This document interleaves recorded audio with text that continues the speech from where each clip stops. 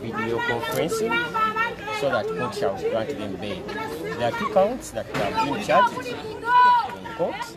That is disobedience of lawful orders and being in possession of uniforms of armed forces. Those are the 2 counts. Briefly, that has happened in court. How many have appeared here and before who? There are 41 people, suspects that have appeared before the magistrate. Uganda ekibaddemu kooti omulamuzi bamuleetedde mu maaso ge abasiganamwomu basindise mu kkomera ku misango egy'okuba nti nno bajeemedde ebiragiro bya gavumenti byeyateekawo mu kukuŋŋaana n'ekyokubiri okuba nti nno babasanze n'ebyambalo ebyamagye ebifaanana ng'ebyamagye so babakwata ekubasindika muki mukooti mukomera nsonga eyo babawadde nga ennaku z'omwezi 23 ze bajja okukomawo mu kooti okusaanika okuwuliriza okusaba kwabwe okwokulabika nti babawa bbeeyi Gwamanya bwamu? Kamukya Nup offices. That is where, that is the scene of crime. Gwamanya gwa? Amanya gange nze Kiza Henry, okolera mu Katumba and Company Advocates.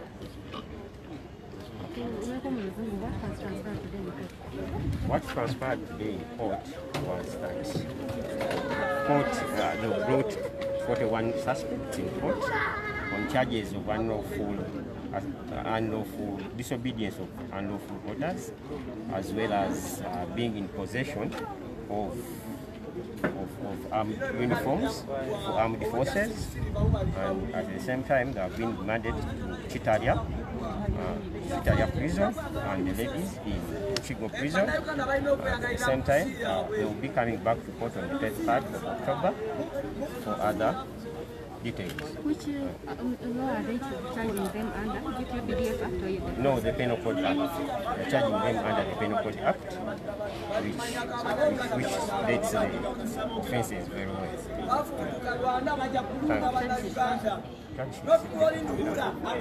You said they are around They are around 41 suspects. They're 41. Men and women. Men and women. Some are being taken away and where? Chitaria, others to Chigo prison. Abakyala bali banneke namba. I can't understand. So abasibe bakkiriziddwa okwewozaako kwate bakkiriziddwa? Abasibe babadde batekinga plea, babadde basooka okwapiyalinga mu kooti omulundi ogusooka, so tebabakkiriza kwewozaako olwaleero. State agambye nti ebyokunoonyereza tebinaggwa, bakyanoonyereza nga poliisi, so omusango tegusobola kutandika kwewozaako. Emisango bagyegaanye gyonna nti tebagizangako, era kooti kwekubalimandinga mu kkomera. Abadde musajja. Thank you very much.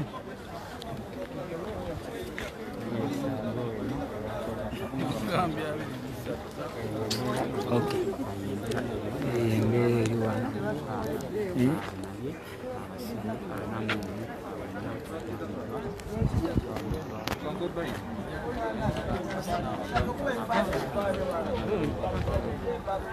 Uncle, why you need it?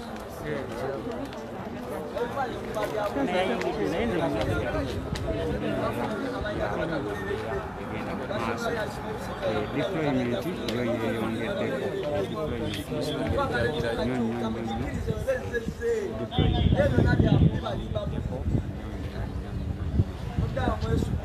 Bannayuganda abaagala enkyukakyuka mu nsi yaabwe temutufuzeeko kimala ebbanga lemutukulizaako limala muleke naffe twefugeko abambala biyero nga tebanakwala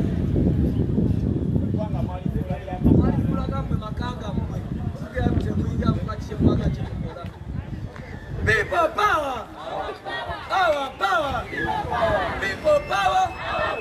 Our power! NUP!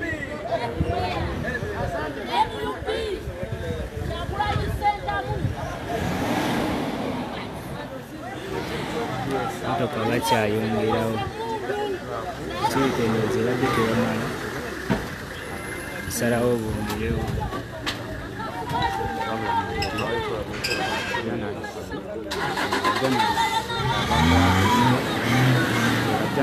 Okulisa Maisima akola omulimu guno gwenkola yakwatiddwa lwa kavalinga.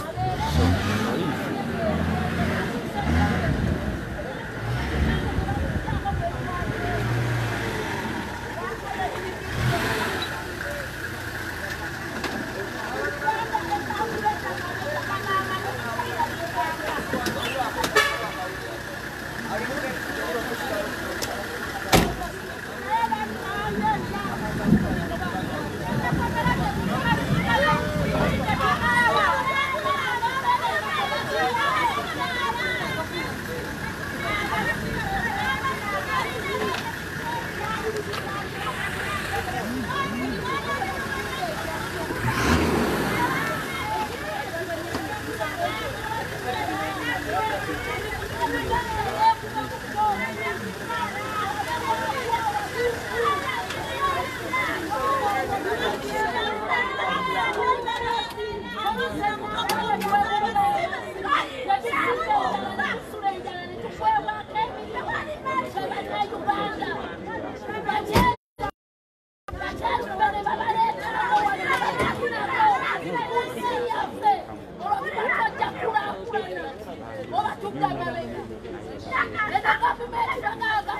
where are you?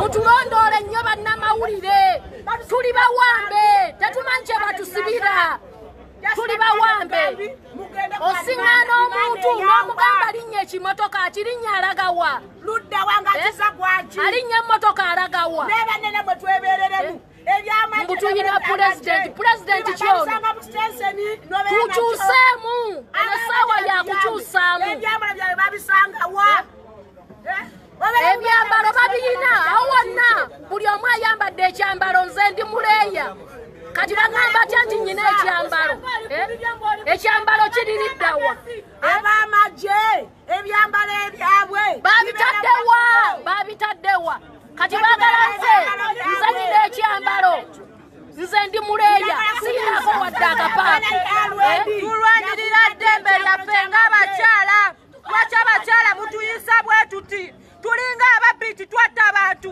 naye lwaki temutulekera eddembe lyaffe mu Uganda lwaki temutuwa eddembe lyaffe mu Uganda tetunaaba amazzi bagulira tetunaaba amazzi bagulira tebalina ttooyi tugenda lwala kandida ne UTI tulwanirira eddembe lyaffe ng'abakyala batuwamba buwambi tetulina kye twali tukoze era tulwanirira eddembe lyaffe ekyebuusi babatutwala wa tetumanyi batutwala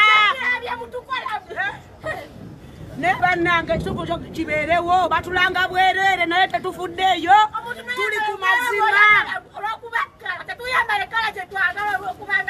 Kyagulanyi talina kye yabakola Kyagulanyi talina mmundu naye lwaki mujjayo emmundu Kyagulanyi talina mmundu naye lwaki mujjayo emmundu mutulekere eddembe lyaffe tulonde omukulembeze gwe twagala muweza order from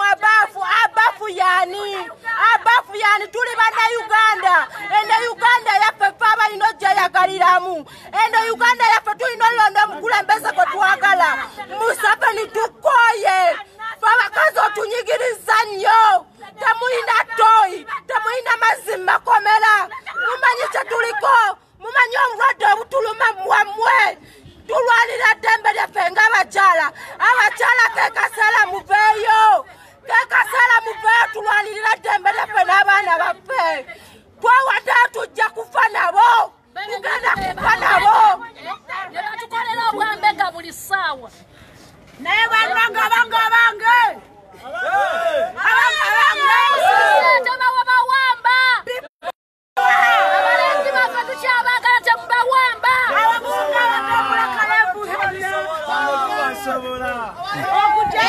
mubukwatamu bubawulire demukiriza bakuba engalo Kyagulanyi buli ssaawa Kyagulanyi kikikyo ekyatutuukako pulezidenti kyoyo atamanyi muntu wa wansi alwanirira gali abeewo fighting for our freedom. We are not fighting you. Policemen, we are not fighting you. You are fighting our freedom. Tetuli bakwira tuli bana Uganda sekibagamba nakino mukigambe Museveni tukola tunyigiriza fa abakyala tuli bana Uganda lwaki mutuyisanga bagwira lwaki mutuyisanga bagwira tuli bana Uganda batulwana tuli basukulu bena yangu olwale nakusibye jajja bana takola bwatyo noleta bataliya ninamba ng'okiretera bano basimunyo oleta otya tabaliya ninamba temuyina byakola Mr. President Kyagulanyi twamajega agakulwanirira era tetugenda kuvako bakalasiti tujja kufiiririra naye tetujja kufiiririra Museveni nze ndayira mbe waggulu fande Museveni sigenda fiiririra Museveni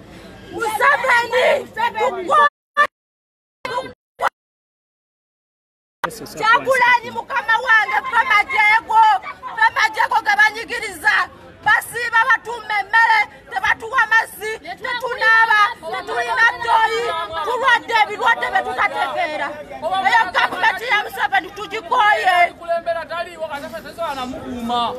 naye bannange omusajja oyo akimanye nti bino byonna yerabisa bwerabisa tugenda kuvaayo naye amaye nti yeewangulidde abalaba batagenda kukoowa bwe tugenda muyisa bubi tuli bakyala tulina ennaku naye banekasooka embuuze banekambuuze bw'oyambala yelo oba tokuŋŋaanye bw'oyambala lwedi ng'okuŋŋante banetwebeeremu namwe bannayuganda bannamawulire mwetaka mutubeererewo njagala kumanya lwedi sekkala naye abamajambetakazembabuula ebyambalo byammwe bibera mu sitesa byobeerawo n'okisanga ne weeyambalira oba bino mubisanga Mr. President Kyagulanyi yonna gy'olibeera bugumu tuli naawe buno obusajja tubusobola tuli bakazi naye bataddeko bataliyani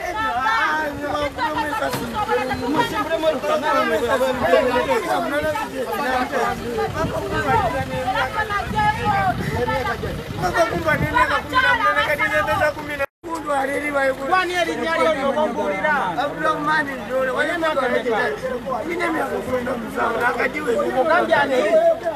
ogambyani Mama w'eyuli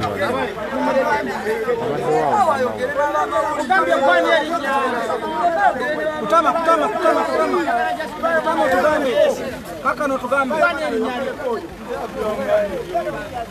kaka na moyo kama kwa wansi yogera nyoba yogera wali alizi kamera zikulabe ne mukama wajja kutama wansi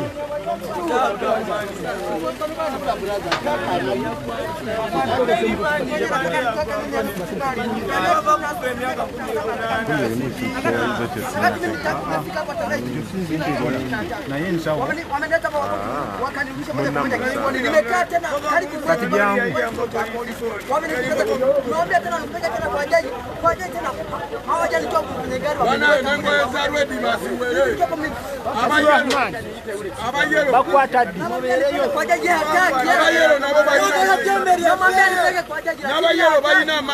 bakwata okolaki bakusangawo bakuja kamwekya n'abayero balina amayinja n'abayero balina amayinja sebo sagalo beyo kaje apandako wangani kaje ani yoyo jaliko omusango ogubono ogoli yona ye mwali kali mu bagalo okolyo people power kali makaba Buganda road mundeso sebo sabana kama mna mawe twali ya kuyo tubaleki yangira bado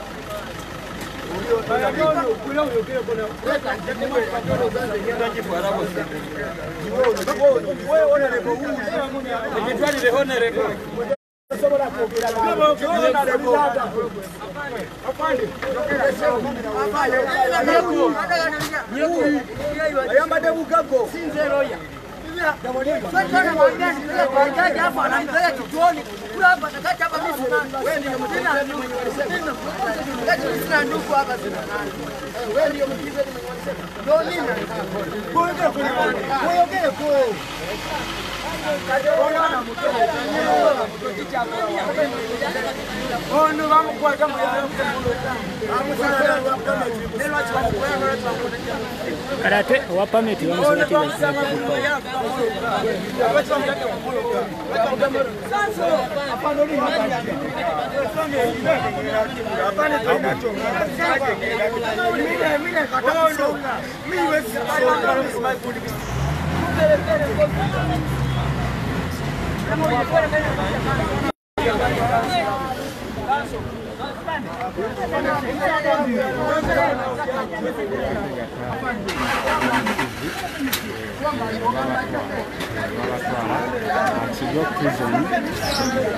Kigo prison gye batwala abakyala ate ekitali gye batwala abaana. Kigo prison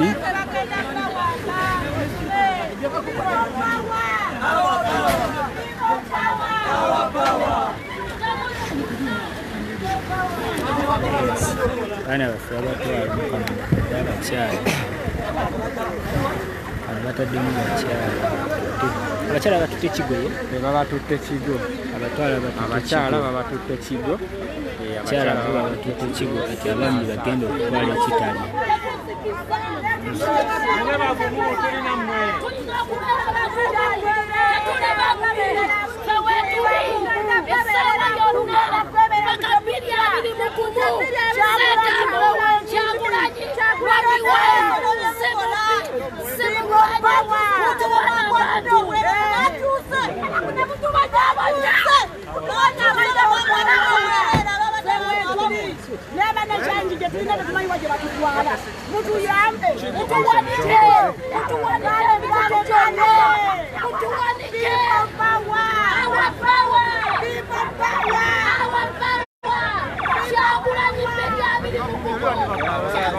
Yes, about to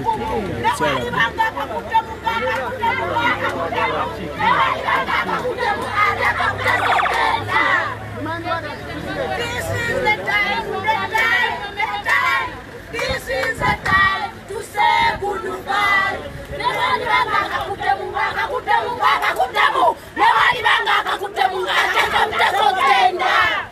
People power, our power, NUP, everywhere, NUP, everywhere, NUP, people power. abakyala bo babatutte abaana babatutte kigo then tuzaako balaba ne bagenda kitalya enzi babatwala kitalya People power! Our power! Our power! People power! Our power! Everywhere! NUP! Our power! People power! Our power! Everywhere! Our power! People power!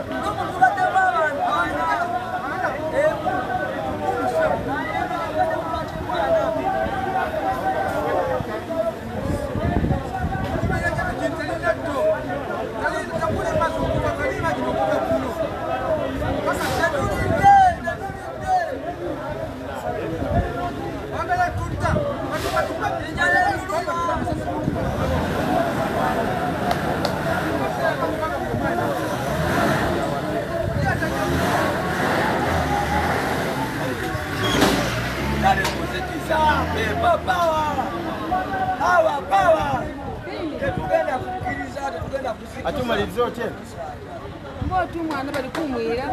Nono kuna makamu gani kako ni polisi dawe. Polisi na ikali mu polisi dawe. Alibakije.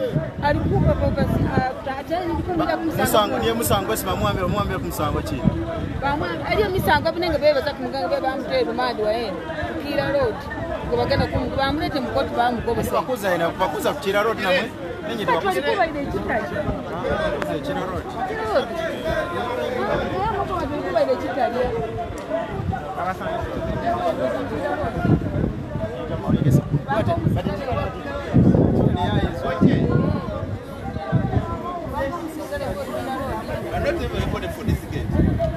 Close the gate unless the car is coming out. Close the gate. They're not coming out. Everybody is passing here. It's a true question.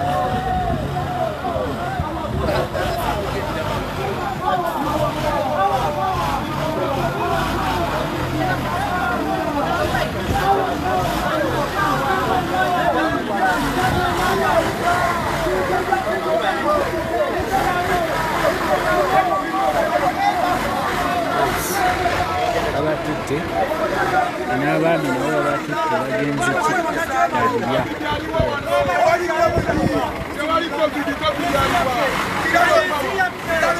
bakoze mu abantu 5 ali bakukola musango sako era loti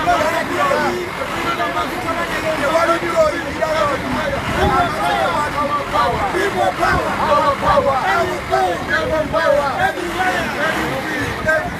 people power our power people power kuzikiza bakoi kulimajaka kali kuzikiza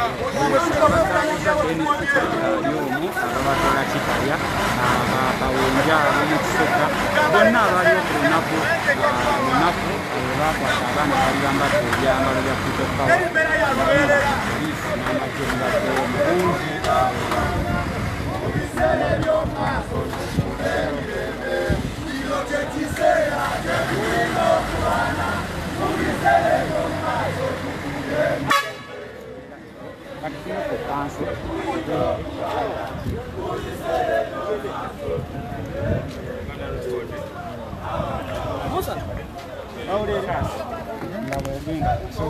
update wange dakikanga tugende ku Buganda Road waliwo abantu abalala ku Buganda Road omulamuzi aganye okuwa abaana bailo n'agamba mbu bangi nnyo tasobola kuwuliriza kusaba kwabwe okwa bailo.